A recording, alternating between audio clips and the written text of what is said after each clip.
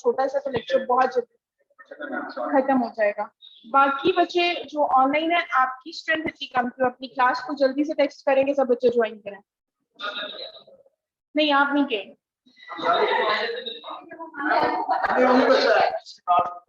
आपकी क्लास में आपकी सीआर सीरत है, वो खुद भी एज यूजुअल लेट है।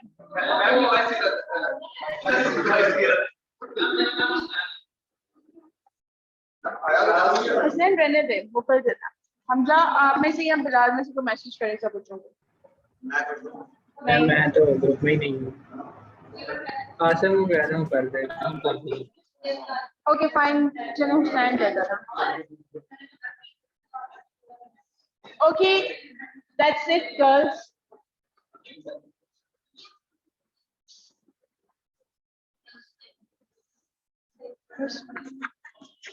आज वाला लेक्चर स्टार्ट करने से पहले एक ब्रीफ ओवरव्यू ले लेते हैं लास्ट लेक्चर का, and there would be a small question about last lecture as well. कितने बच्चों ने पहली बार लास्ट लेक्चर जो है वो सही से सुने थे, दोनों लेक्चर्स अबाउट सॉफ्टवेयर सिक्योरिटी? बाकी काफी हद तक। लेट्स सी, लास्ट 2 लेक्चर्स में हम लोगों ने सॉफ्टवेयर सिक्योरिटी इश्यूज डिस्कस किए थे। सॉफ्टवेयर सिक्योरिटी इश्यूज को रिजॉल्व लाइक एग्जैक्टली इश्यूज कहाँ पे रिजाइड कर रहे होते हैं, उसके हमने 4 डिफरेंट प्रॉब्लम्स देखे थे कि इनपुट्स के थ्रू प्रॉब्लम्स आ सकती है सॉफ्टवेयर सिक्योरिटी में, उसके बाद आउटपुट्स में आ सकती है, and then we looked into कि हमें जो है वो सेफ कोडिंग करनी होगी, क्योंकि प्रॉब्लम्स जो है वो हमारे एल्गोरिथम्स में सिलेक्शन ऑफ मशीन लैंग्वेज और रॉन्ग डेटा इंटरप्रिटेशन के थ्रू भी हो सकती है। Last point जो था that was interaction with other programs, and specifically if your program is going to run on any specific operating system. तो ये 4 बेसिक प्रॉब्लम्स थे जहां से सिक्योरिटी इश्यूज अराइज हो सकते हैं या जहां से आपकी सॉफ्टवेयर को कोई ना कोई थ्रेट जो है वो जनरेट हो सकता है, and you needed to be very careful about these 4 dimensions or problems or elements to solve your software security issues. उसके बाद हम लोगों ने डेटाबेस सिक्योरिटी पढ़ा था। Database security, definitely there are more input based threats to database security, but apart from that database security को physical threats भी हो सकता है ना, environmental threats भी हो सकता है, और आपके बाकी जो physical man made threats हैं वो भी हो सकता है, like that is fine, like power के issues आ सकते हैं, उसके बाद आपकी theft हो सकती है databases जो physical elements हैं, देन डिस्ट्रक्शन हो सकती है अगर आपका डेटाबेस बहुत इंपॉर्टेंट है, अर्थक्वेक या फिर फ्लड के केसेस में अगर वो हार्डवेयर जो है वो पूरी डिस्ट्रॉय हो जाएगी तो ये मैं पूछने लगी थी, फिर क्या करें?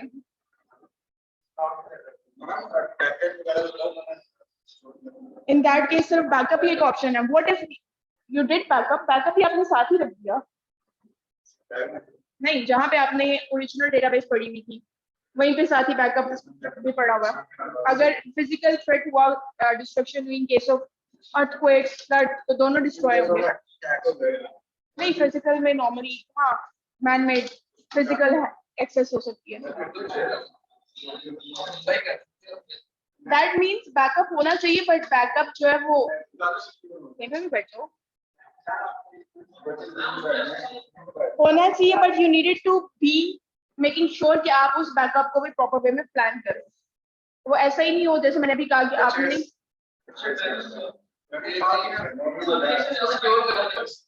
हाँ, लेकिन उसको सिर्फ डिजिटल सिक्योरिटी नहीं इंश्योर करनी है, आपने फिजिकल भी करनी। लाइक ये नहीं कि आपने बैकअप अच्छा बनाया, आपने कहा मैंने इस पर डबल इंक्रिप्शन करके रख दिया, ये बैकअप को कोई नुकसान नहीं पहुंचाएगा, लेकिन आपने उसका फिजिकल एलिमेंट फिर भी कंसीडर नहीं किया और वहीं पे रख दिया। अगर फिजिकल थ्रेट पहले वाले आपके सिस्टम को ओरिजिनल डेटाबेस को होगा तो बैकअप को भी वही थ्रेट होगा, तो वो सिक्योरिटी आपने दोनों तरह की कंसीडर की। हाँ जी, जो बच्चे ऑनलाइन है, we discuss 3 type of encryption of databases to secure them. एक टाइप थी जिसमें आप कंप्लीट डेटाबेस को इंक्रिप्ट कर देते हो, एक टाइप थी जिसमें आप फील्ड्स को इंक्रिप्ट करते हो, और एक टाइप थी जिसमें आप रोज को इंक्रिप्ट करते हो। Which one is the most secure and suitable one? जी हमजा। मैम ये रोज और कॉलम्स वाली आपने बताया था। अच्छा लास्ट टाइम ठीक है, और उसकी रीजन क्या बताई थी आपने? इसलिए कि पहले उसमें क्वेरी करके फैच कर लेते हैं तो वो मतलब हमें इतनी मेमोरी नहीं लोड करनी पड़ती और इतनी ज़्यादा प्रोसेसिंग नहीं करनी पड़ती, सिर्फ जो हमें रिक्वायर्ड होता है वो हमें मतलब मिल जाता है डेटा, वो वाली रो मिल जाती है। व्हाट इफ मैं एक ऐसे डेटाबेस को इंक्रिप्ट करके कॉलम वाइज रखा हुआ है मैंने, और मुझे हमेशा वहां से डेटा जो पिक करना है वो रिकॉर्ड वाइज करना है, और जब भी मैंने एक रिकॉर्ड पिक करना है ना, मैंने सारे कॉलम्स डिक्रिप्ट करना है, right? Do you think that is the right approach? क्योंकि बात तो वही आ गई, हर चीज में मिलियंस ऑफ डेटा पड़ा हुआ, और उस मिलियन ऑफ डेटा में जो आपके कॉलम्स हैं आपको सारे के सारे डिक्रिप्ट करना पड़ेंगे। सीरियस प्रॉब्लम कहाँ है? तो ये वो फैन भी तो चल रहा है ना बेटा। चले ठीक है, हुसनैन अब कोई बात नहीं करेगा, it's okay, let them be girls. फिर उस केस में हमजा में क्या करना चाहिए? डू यू थिंक फील्ड्स वाला इंक्रिप्शन जो है वो सिक्योर होगी? Yes ma'am.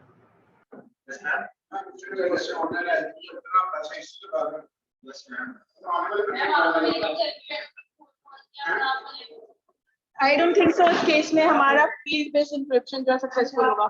सो क्वेश्चन सुना है आपने सीरत?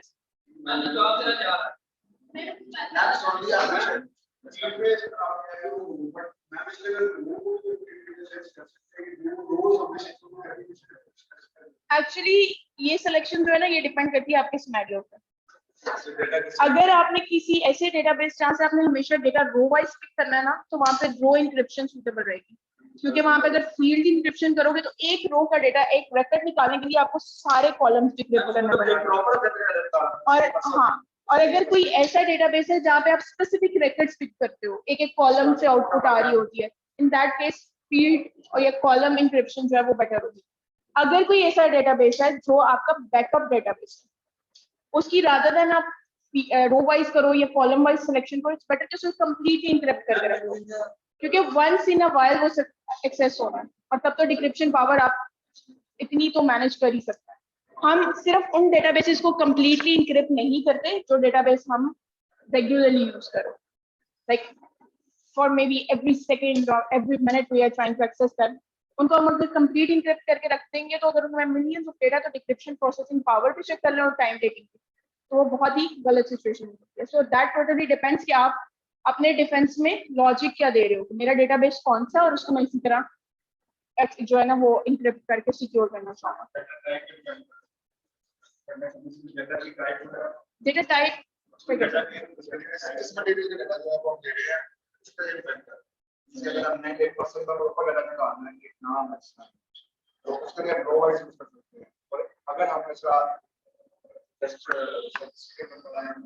हाँ जी, लाइक वो आप डेटा टाइप पे नहीं कहोगे, आप कहोगे कि जो हमें एक्सेस कौन से चाहिए, जो रिट्रीवल है उसकी बेसिस पे। तो वही मैंने पहले भी कहा था कि अगर रिट्रीवल हमें रो वाइज पूरे पूरे रिकॉर्ड्स चाहिए तो फिर हम रिकॉर्ड इंक्रिप्शन करेंगे।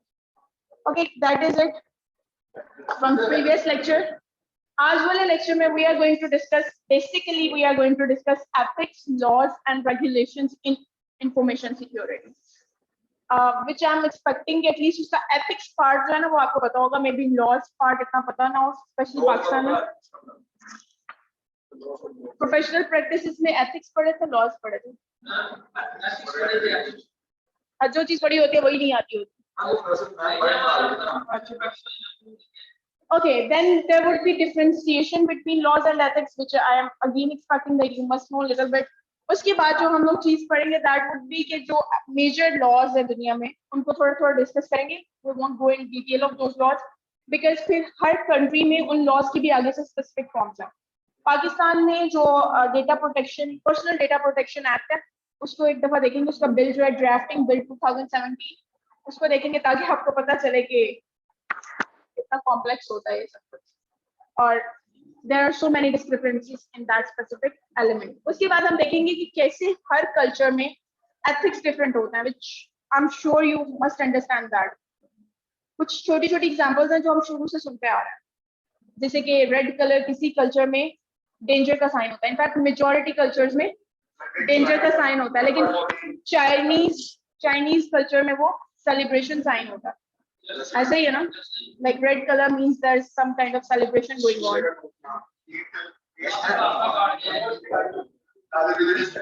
बेटा वो एक कल्चरल एथिक्स नहीं होते या वो इस तरह के एलिमेंट्स नहीं होते, these are some kind of wrong believings. Yeah, आता है उसी में,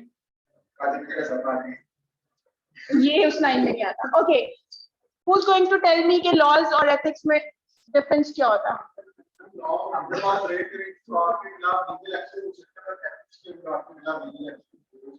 हाँ, like as ज़्यादा से ज़्यादा people will consider or bash you for that. हाँ, और कोई बच्चा? सीरत, आप अब चुप करके बैठेंगे, मुझे दोबारा नहीं कहना पड़ेगा.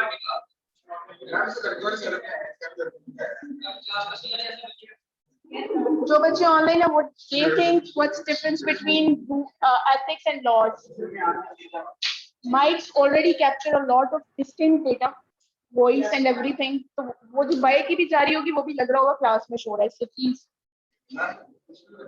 मैम जो एथिक्स होते हैं ना, ये इसमें मीन्स के जो एक प्रोफेशनल बिहेवियर या एक पर्सन को या ग्रुप को किसी दूसरी पार्टी या फिर इंस्टीट्यूशन के साथ कैसे बिहेव करना है, उसके जो रूल्स और ये चीज़ें होती हैं ना, ये हमारे पास एथिक्स होती है. और जो लॉज होते हैं वो वेल डिफाइंड मतलब के रूल्स होते हैं, वो सबके लिए जनरली अप्लाई होते हैं.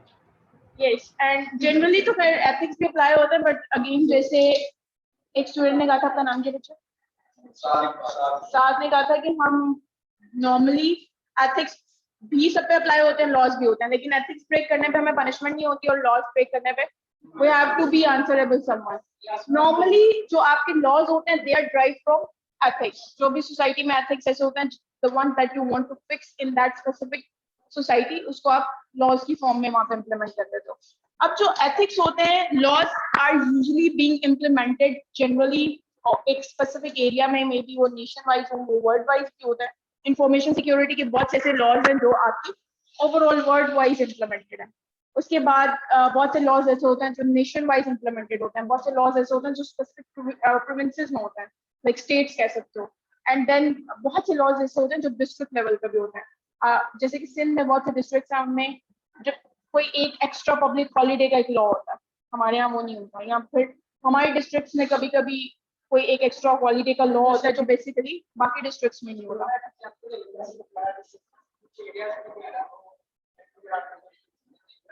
वो एथिक्स होता है, as long as they are not being, you are not being punished for that, वो एथिक्स. हाँ, लॉज के अगेंस्ट आप पनिश कर सकते हो, एथिक्स के अगेंस्ट आप पनिश नहीं कर सकते. हाँ, दैट इज अनदर डिबेट. लेकिन जो आपके एथिक्स होता है ना, वो आपकी culture to culture, maybe some society to other society भी वेरी कर रहे होता है. किसी एक सोसाइटी में भी स्मॉल एरिया, इवन डिफेंस में आप कचरा बाहर फेंकोगे तो वो एथिकली गलत है, मे बी वो लीगली गलत नहीं होगा, लेकिन उस सोसाइटी में आपको बुरा सब कहेंगे, like everybody would be considering you wrong and everything. किसी और सोसाइटी में शायद आप चले जाओ, मे बी सेम सिटी में, सेम डिस्ट्रिक्ट में, वहाँ फाइन क्या, वहाँ पे कोई पूछेगा भी नहीं. सो दैट मीन्स वहाँ पे एथिकल वैल्यूज उस मामले में इतनी स्ट्रॉन्ग थी नहीं, या वो एक एथिकल बाउंड्री थी नहीं उस एरिया में. सो एथिक्स जो होती है ना, वो आपकी स्मॉल सोसाइटी में भी वेरी कर सकती है, और नॉर्मली उनपे पनिश आप कर नहीं सकते हो. अगर आप पनिश कर रहे हो तो वो बेसिकली आप अगर लॉ में नहीं भी आए ना, तो रूल्स और रेगुलेशंस में आ जाता है. जैसे कि आपने कहा कि कुछ सोसाइटीज में इस बात पे आपको फाइन हो सकता है, तो वो बेसिकली लॉ नहीं होता, फिर वो एथिक का वो एक रूल बना लेते हैं. किस पे? हाँ जी, मैं आपको दिखाऊंगी. देखो, there are different types of laws जो जनरली आपको एक्ट बुक्स में मिलेंगे, जिसमें सिविल और क्रिमिनल लॉज के बारे में आपको I guess most of you know about that. Civil laws वो होते हैं जो नॉर्मली आपकी most of time they are about your normal agreements, जो किसी भी उसमें आ सकते हैं, आपकी बिजनेस अग्रीमेंट्स. और सिविल जितनी भी आपकी कम्युनिकेशन होती है या सोसाइटी में जितने भी आपके डिफरेंट तरह के एक्शंस होते हैं, उन पे सिविल लॉ जो है वो लॉज इंप्लीमेंट हो सकते हैं. अगर वो एग्रीमेंट्स आप ब्रेक कर रहे हो, अगर वो जो भी आपने स्टेटमेंट गवर्नमेंट ने डिसाइड किया कि this is civic right of yours, और अगर वो आपको नहीं मिल रहा होगा तो वो आपका सिविल लॉ ब्रेकिंग ये कंसीडर किया जाएगा। उसके बाद क्रिमिनल लॉ क्या एक्चुअली पब्लिक और प्राइवेट लॉज जो है ना वो इन दोनों पे अकम्पस होता है। यू कैन से कि सिविल लॉ इज सब पार्ट ऑफ प्राइवेट लॉ, क्योंकि प्राइवेट लॉ में आपके पर्सनल और भी आ जाते हैं, जैसे फैमिली में जितने भी आपके लॉज आते हैं, सिविल हस्बैंड एंड वाइफ के, उसके बाद किड्स की adoption and all these things, वो सारी जो है वो आपकी प्राइवेट लॉज की सब फॉर्म में आ जाती है, बट वो अपेरेंटली सिंपल सिविल लॉज में होता है। उसके बाद पब्लिक सिविल में सब पार्ट जो है, सॉरी प्राइवेट लॉज का एक सब पार्ट जो है वो सिविल लॉज किया, उसके एडेड ऑन कुछ और प्राइवेट मैटर्स किया था। उसके बाद पब्लिक लॉज जो होते हैं वो ऐसे होते हैं जो गवर्नमेंट जनरल पब्लिक के लिए बनाती है।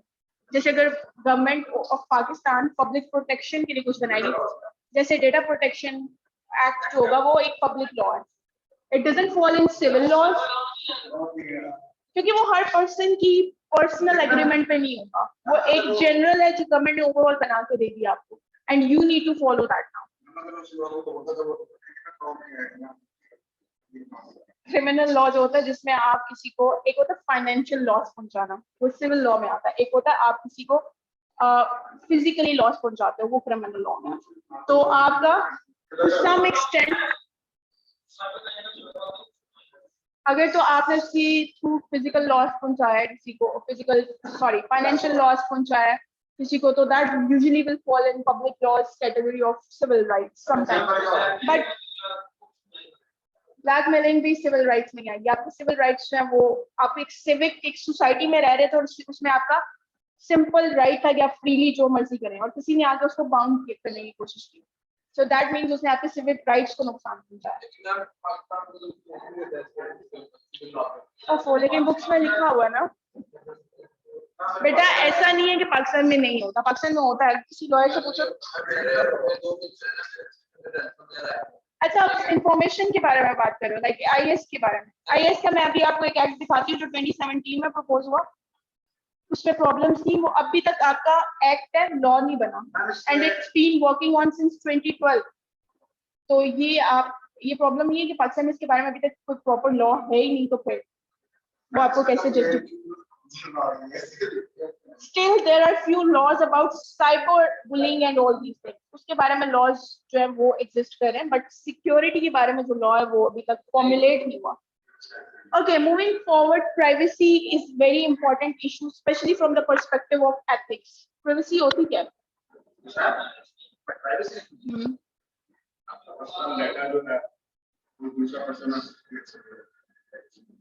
हर तरह का डेटा या फिर कुछ लिमिट्स होती हैं?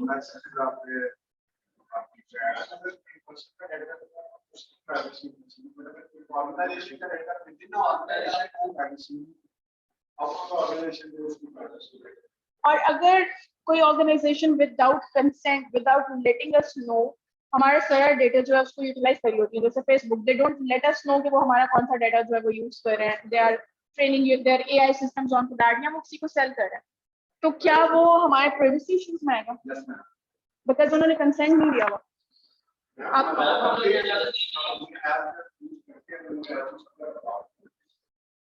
आप उन्हें हर चीज पे एक्सेस कर देते हो।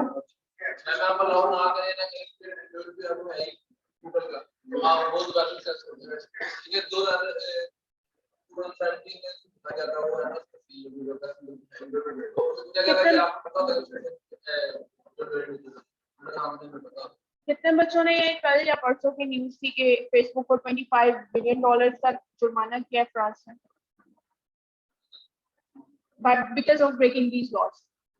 आप अगर वो कभी, ऑल्दो वो इतना लंबा डॉक्यूमेंट होता है ना, टर्म ऑफ कंडीशन कोई नहीं पढ़ता, and reason behind that is same कि कभी कोई इसके अगेंस्ट जा ना सके, बिकॉज आप जितनी वो चीजें कहते हैं जितनी एम्बिगुअस कर दोगे उसके डबल डबल मतलब कल को निकाल सकते हो कोर्ट ऑफ लॉ में खड़े होके, हमारा मतलब तो ये था, आई डोंट नो कि इस क्लाइंट ने क्या लिया।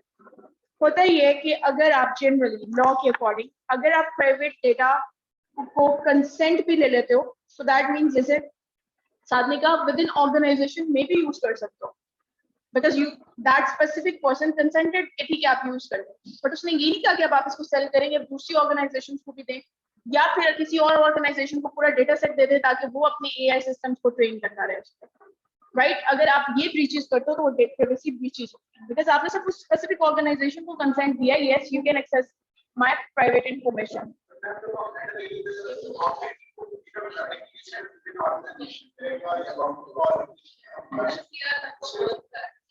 यार अपना सेल फोन मुझे दे दें।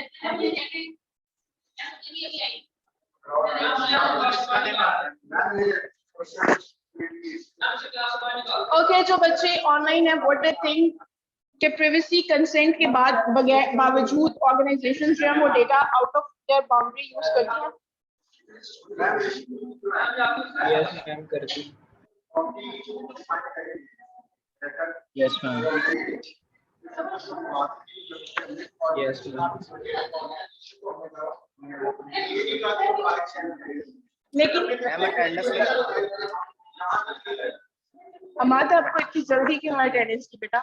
यू आर राइट, बट आपने उस ऑर्गेनाइजेशन को दिया, इट्स पॉसिबल अगर वीक लॉज हो ना कंट्री के, जैसे पाकिस्तान के लॉज कंपैरेटिवली वीक है इंफॉर्मेशन सिक्योरिटी पर भी, अगर आप क्लेम करोगे फेसबुक पे तो देयर इज पॉसिबिलिटी कि वो बच जाए, क्योंकि वो कहेंगे जिस ऑर्गेनाइजेशन को हमने दिया था it was our subsidiary organization, हमने इसे खरीदा हुआ या हमारे इसमें share.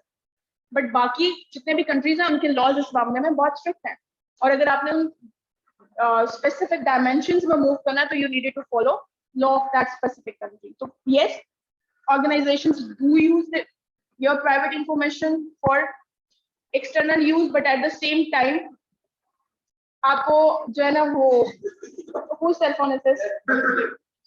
Thank you. It's okay बेटा. Apart from that, एक तो होता है कि आप बीइंग अ यूजर अपनी प्राइवेसी को मेंटेन करना चाह रहे हो, एक बीइंग एन ऑर्गेनाइजेशन अपने डेटा बेस को प्रोटेक्ट करना जो है ना वो बहुत इंपॉर्टेंट है। मुझे लगता है सीरत ने तो एथिक्स और प्रोफेशनल प्रैक्टिसेस वाला लेक्चर बिल्कुल नहीं लिया हुआ। माना कि आप काफी अच्छी से ऑनलाइन है, बट दैट डजंट मीन कि आपको क्लास में बैठने के मैनर्स।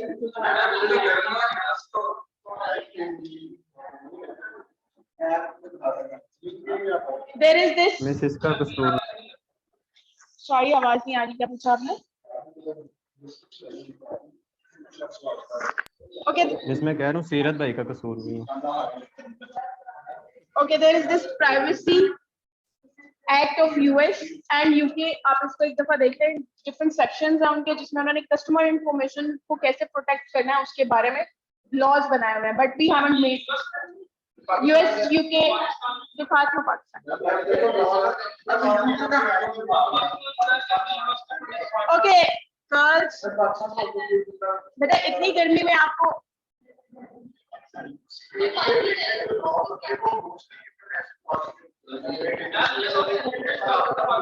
ओके क्लास, एक minute. This is the data protection personal data protection act और बिल ऑफ 2018।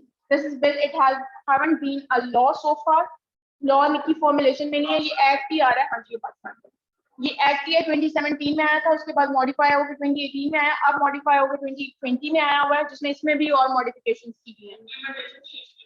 बेटा इट्स एक्ट, मतलब ये इम्प्लीमेंटेड है, लेकिन तब तक लॉ नहीं बनेगा जब तक ये रिफाइन नहीं हो जाएगा। क्यों? क्योंकि जब फर्स्ट आया था तो आपकी स्टेटमेंट इतनी एम्बिगुअस थी कि ऑर्गेनाइजेशन जितने टेक्निकल लोग थे ना, दे सेड कि इस स्टेटमेंट से 4 मतलब निकलते हैं। ऑर्गेनाइजेशन बाद में कहेगी कि हमने तो इसको इस तरह परस्यू किया, कोई भी पर्सन जो है क्लाइंट को कह रहा होगा मुझे तो स्टेटमेंट पे ये समझ आया।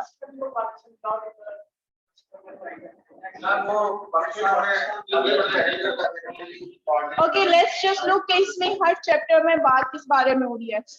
पहला तो जस्ट इंट्रो है, सेकंड में protection of personal data, general requirements कि आप कौन कौन सी पर्सनल लाइक आपको कौन कौन से रिसोर्सेज चाहिए होंगे किसी भी पर्सन की इंफॉर्मेशन को प्रोसेस करने के लिए। अगर वो रिसोर्सेज नहीं है तो दैट मींस आपकी सिक्योरिटी वीक है, you shouldn't be collecting that data.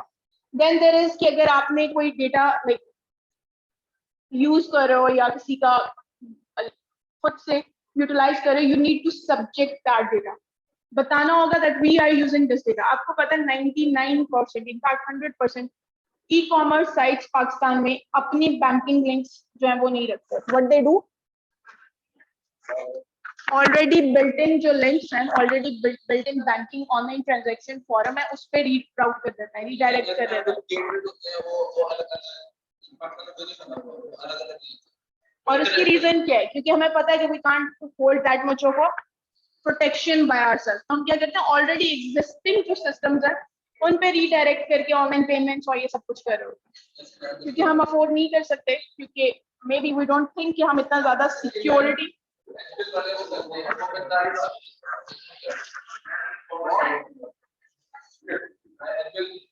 HBL बना देता है, बट दैट इज वो अगेन उस ऑर्गेनाइजेशन पे डिपेंड करता है कि वो उस टाइम पे इट प्रोवाइड्स और टेक दैट रिस्पॉन्सिबिलिटी कि हम आपकी जो भी डेबिट क्रेडिट कार्ड्स की डिटेल्स हैं उनको प्रोटेक्ट कर सकते हैं।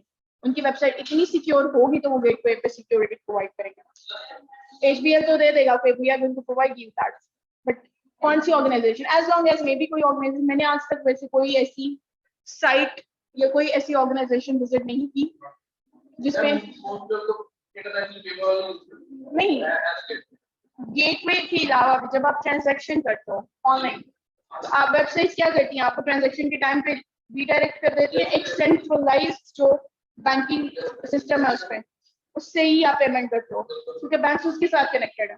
सो दैट मीन्स कि ऑर्गेनाइजेशन खुद से वो जो आपकी डेबिट क्रेडिट कार्ड डिटेल्स है ना, उनकी प्रोटेक्शन की रिस्पॉन्सिबिलिटी नहीं लेना चाहती।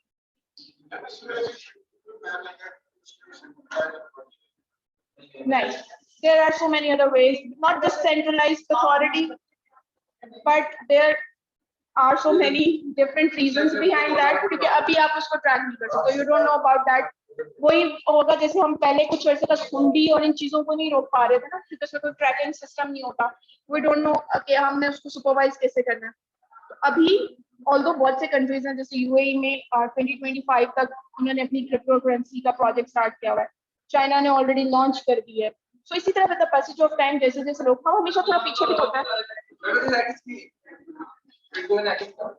बिटकॉइन किस कंट्री का दैट आज तक लाइक उसका जो फाउंडर है उसके बारे में आज तक वो है एक सीक्रेसी, ब्लॉकचेन को कंट्री कोई ऑन नहीं करती है बिटकॉइन को अभी तक, like nobody owns it, this was being initiated by us. ये एक वैसे ही है जैसे हमारे नॉर्मली नहीं होती फ्री हैंड जनरल वेबसाइट्स या फॉरम, जैसे पाइथन हो गया, PHP, these are those languages जिन्हें मिलके सारी दुनिया के डेवलपर्स फ्री टाइम में डेवलप करते रहे, now they are so advanced languages, specially Python. But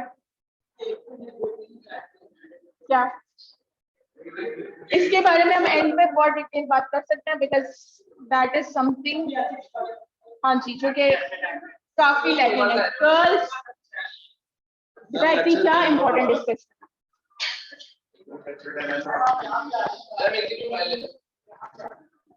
सीरत मुझे ऐसा क्यों लग रहा है कि आपने भाई गर्मी में खड़े हो गए, ऐसी फीलिंग आई है मुझे कि ये पंखे से भी आपने, जो बच्चे ऑनलाइन है दे डोंट अंडरस्टैंड कि हो क्या रहा था, वो बेचारे परेशान हो रहे होते हैं इतना शोर जब आ रहा होता है।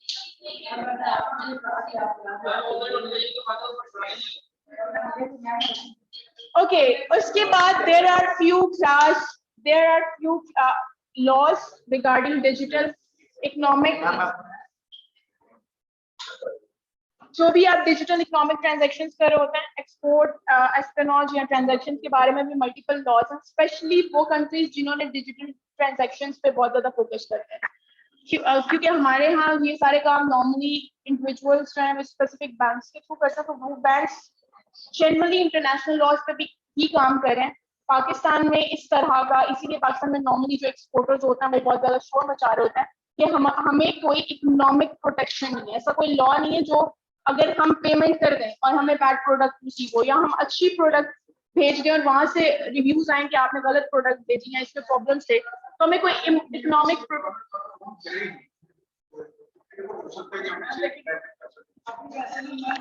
हाँ जी, गवर्नमेंट लॉज बनाएगी तो एक्सपोर्टर्स जो और जितने भी लोग हैं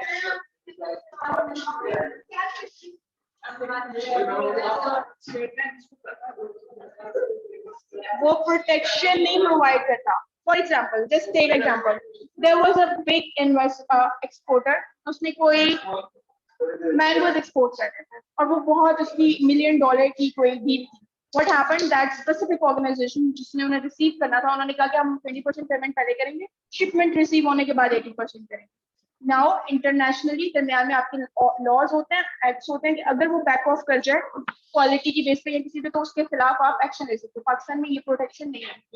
अगर वो बाद में कि ना आपके मैंगोज खराब थे, उनमें ये फॉल्ट है, हम 50% बस पे करेंगे, तो कोई पर्सन जो है, क्योंकि यहाँ पे एक तो क्वालिटी इंश्योरेंस इंस्टीट्यूट नहीं है कोई जिसे चेक करके भेजा और बाद में सर्टिफाई किया हो कि नहीं आप गलत कह रहे हो.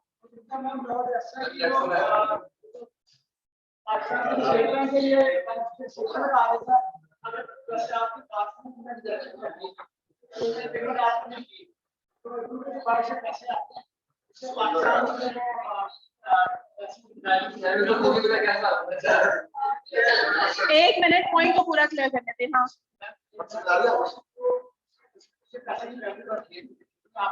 दैट्स फाइन, बट अगर वो आपको प्रॉपर पे नहीं करा तो कोई एक्ट तो नहीं है ना कि उससे पैसे जाके निकलवाए जा सके. तो यही तो मैं कह रही थी. So there is this thing कि जितनी भी आपकी इंटरनेशनल, स्पेशली द वंस जो डेवलप कंट्रीज हैं, उनमें इनके बारे में लॉज हैं. This is what I was talking about. अब ये आपकी डिजिटल ट्रांजैक्शन, डिजिटल इकोनॉमी को भी प्रोटेक्ट करे होता है. और मैंने यही कहा था स्टार्ट में, हमारे यहाँ पे नॉर्मल इकोनॉमी के लिए प्रोटेक्शन नहीं है, डिजिटल तो बहुत. क्या? That's the organization. Like, sorry, this is the name of the law. But especially ये लॉ जो यूएस लॉ से रेफर कर रहा है, ये पाकिस्तान का नहीं है. Because पाकिस्तान में लॉज है नहीं, तो उनका रेफरेंस कैसे दूं? आई एम जस्ट सेइंग कि हमें भी ऐसे ड्रॉ करने पड़ेंगे. नहीं, बट यू मस्ट नो कि किस तरह के लॉज होने चाहिए. मे बी शॉर्ट क्वेश्चन में कोई पूछने के अगर ये वाला इशू है तो what do you think what would be the solution of that. नहीं, आपको एग्जैक्ट लॉ नंबर कोई नहीं पूछेगा, बिकॉज़ दैट्स नॉट जो आएगा ना. हाँ, मैंने अभी थोड़ी देर पहले देखा, जितनी डेडिकेशन से आप सुन रहे थे ना, फिर भी आपको याद नहीं हो सकता. Moving okay, moving forward, there is copyright law. Copyright law का तो सबको पता होगा क्या होता है. होता क्या है? जो बच्चे ऑनलाइन है वो भी रिस्पॉन्ड कर सकता है. क्या? अनऑथराइज्ड कॉपी जो होती है वो नहीं, उससे बचाने के लिए. हाँ जी. Yes ma'am. और आपका ख्याल में जो आपका थीसिस होता है या फाइनल ईयर प्रोजेक्ट होता है या उसकी जो डॉक्यूमेंटेशन कोडिंग होती है, वो आपकी इंटेलेक्चुअल प्रॉपर्टी होती है. Yes ma'am. मैम इंटेलेक्चुअली होती है. Yes, registration needed, but still it's your. अगर वो registered नहीं भी हुआ, still that's your intellectual property. हाँ, action आप नहीं दे सकते, but still that's. हाँ. मैम हम कॉपी भी तो साथ डाल सकते हैं, बीपीएल लाइसेंस जैसे.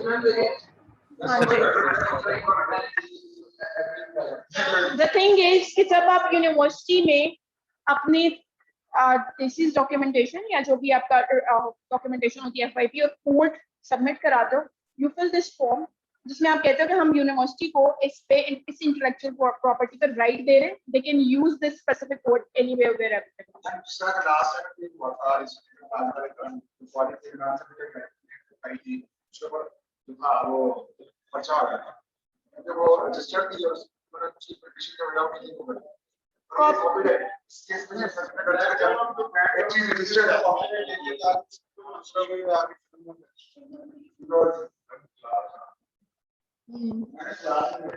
Okay, can anybody tell me any other copyright recent major, I guess 5 years back or maybe 5-10 maximum, there was a major blowback to one organization because उन्होंने एक कॉपीराइट या registered design of microchips use किया था अपने cell phone में, और उन्हें दूसरी ऑर्गेनाइजेशन को बिलियंस ऑफ डॉलर पे करने पड़े थे. कौन सी ऑर्गेनाइजेशन थी वो? एप्पल ने किस ऑर्गेनाइजेशन का यूज किया था? Anybody else? एक ऑर्गेनाइजेशन जिसने अपने सेल फोन प्रोडक्शन 4-5 साल के में बंद रख दिया, फिर पिछले 3-4 साल जारी किया. नोकिया ने क्या किया, उन्होंने जब दे वर इन प्रोडक्शन तो उन्होंने अपनी एडवांस लाइक कमिंग सेलफोन्स के लिए भी माइक्रोचिप्स डिजाइन करवा कर रजिस्टर कराई हुई थी. अब वो आउट ऑफ बिजनेस चले गए कुछ अर्से के लिए, दे वर लाइक हमने कोई अभी सेल फोन फ्री प्रोडक्ट है। एप्पल ने सेम माइक्रोचिप डिजाइन किए and they started developing their cell phones. 3-4 साल उन्होंने भी देखा वो हो रही है develop, they didn't take any kind of action. कुछ साल बाद वो इंटरनेशनल कोर्ट में गए और उन्होंने कहा कि ये कॉपीराइट प्रोडक्ट है, और इन्होंने अपने सेल फोन्स में यूज किया। पिछले 4 साल से हर डिफरेंट जो सीरीज आ रही है उसमें आ रहे हैं। दे हैड टू पे बिलियंस ऑफ डॉलर्स, जिसके बारे में इंटरनेशनली कहा जाता है कि नोकिया एक्चुअली उन्हीं बिलियन डॉलर्स पे दोबारा बिल्ड हुआ है।